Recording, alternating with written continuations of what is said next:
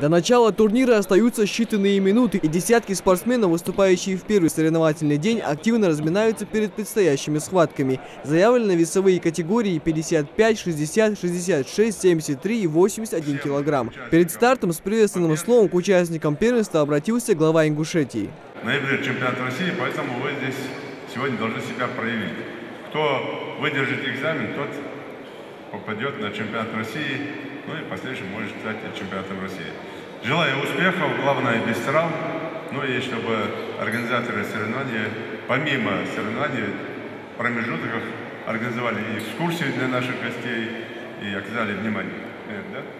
Всем успехов! Долбарца белый пятидел.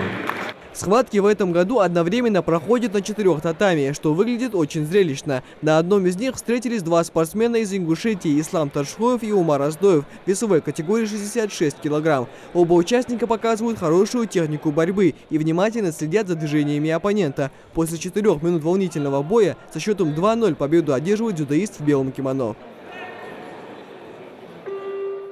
Фаворит схватки делится, что долго и упорно готовился к этому турниру и высоко оценивал свой шанс на победу. Но радость от победы не так сильно греет душу, признается Ислам. И вот почему.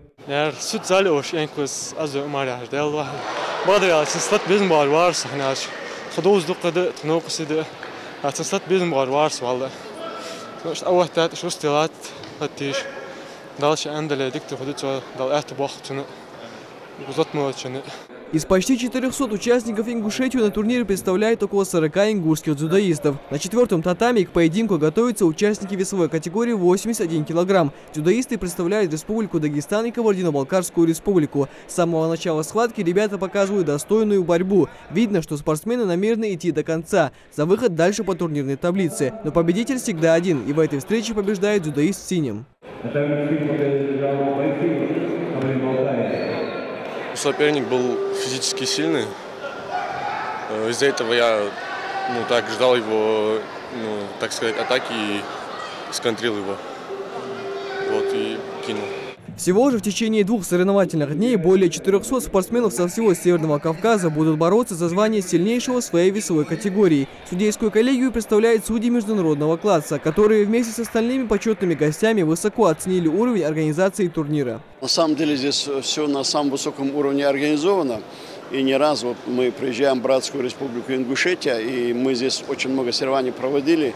Если скажем, что турнир памяти Парчиева ежегодно проводим, и здесь им проводился недавно тоже первенство СКФО до 23 лет.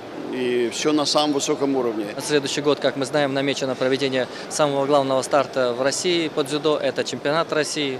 Поэтому этот зал, он с хорошими трибунами, с хорошими условиями для спортсменов, очень удобной логистики.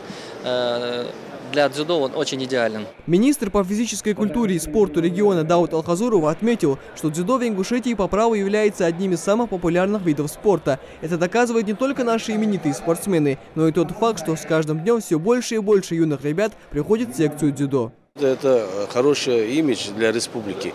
Дзюдо – это тот вид спорта, который очень хорошо прогрессируется в Республике Ингушетия. Мы знаем, что каких больших высот добились наши дзюдоисты. И предпочтение, конечно, отдают нам. Сегодня первенство СКФО, ровно через месяц первенство России. Вот это, если 2 таких крупных турнира нам отдали, значит, это что-то значит.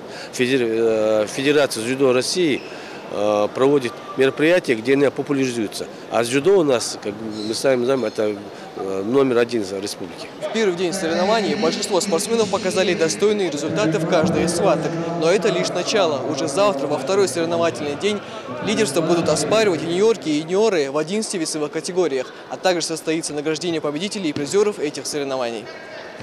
Микаил Тангиев, Асхаб Белакиев, Новости 24.